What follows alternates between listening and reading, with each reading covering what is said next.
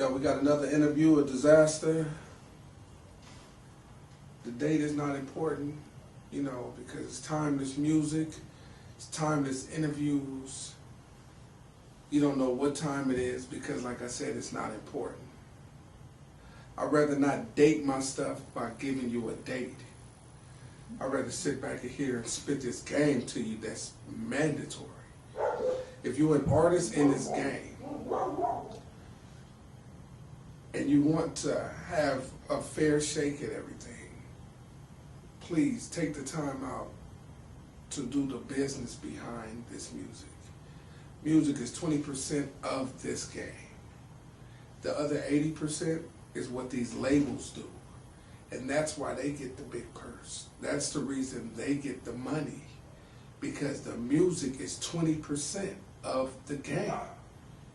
That other 80 is where all of your cheese come in. So, be serious about it. Love the art. But you have to have a business mind at this too. I started off as an artist, man, in the late 80s, early 90s, when Pac was just hitting the scene and all that. We was in them whole circles with so many people, you know what I mean? I'm not even going to give names, because if I give names, I mean, I'm kind of giving dates. You feel me? When those persons were in charge, so I don't want to do that either.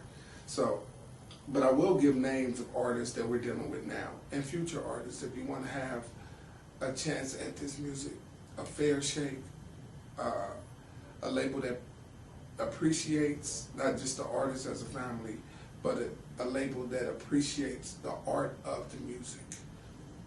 The music is very important, and the 20% is important because that, in the long run, is what represents the artist. But the business part of it, where I'm saying this 80 comes in at, that's where the finances fall into place. So when you have an artist that you know about, but they're not like making money or making the money they deserve as artists, or balling, and it's only a selected 10 that you may say that's making money, and it's thousands of artists, if not millions of people out there doing music. There's many reasons why. We won't touch into too many of them yet, but we will touch into loving the art of the music. My name is Dizazta. I started Dizazta Area Music in '99. I was an artist and went into wearing many different hats in this. I went into production, engineering, directing my own videos, directing other people's videos, directing short films, even went off into cameraman, grip. I mean, every aspect of this business, I went from the ground up on it because I needed to learn every aspect of this business to actually be able to know and really have a full understanding of this business. And that's how I'm able to actually express to you where these 20 here, 20, 15, 5, and how it adds up to 80% of it being business. And 20%, if that, is music. And that's splitting the producer and the songwriter. So it's 10% if you're just a songwriter and a performer, 10% is it. And then the production part of it is the other 10. Then you got the 80.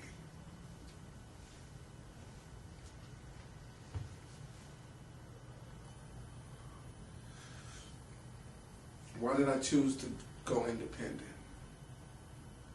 I hear that question a lot. And I must say I mean, the best way to say it is because I wanted my creative control for one. I wanted to own my own masters. And I wanted to be compensated for everything that I do. I put hours and days and months and years into this, you know what I mean? Decades, you know, into this music. So I can't just give it away. I just can't give it away. I look at my music as my thoughts, my inner deep thoughts, my personal time, my therapy. I look at it like that. So for me to just fork it over to somebody, I can't do that. You know, I can't just have someone own my catalog. If my catalog at this time is, you know, worth a substantial amount of money, but it's worth more to me than what it adds up to or multiplies into money, because it's thoughts for sale. And when you're selling your thoughts, your soul ain't too far behind it, you know. So the reason I went independent was I wanted to have that creative control.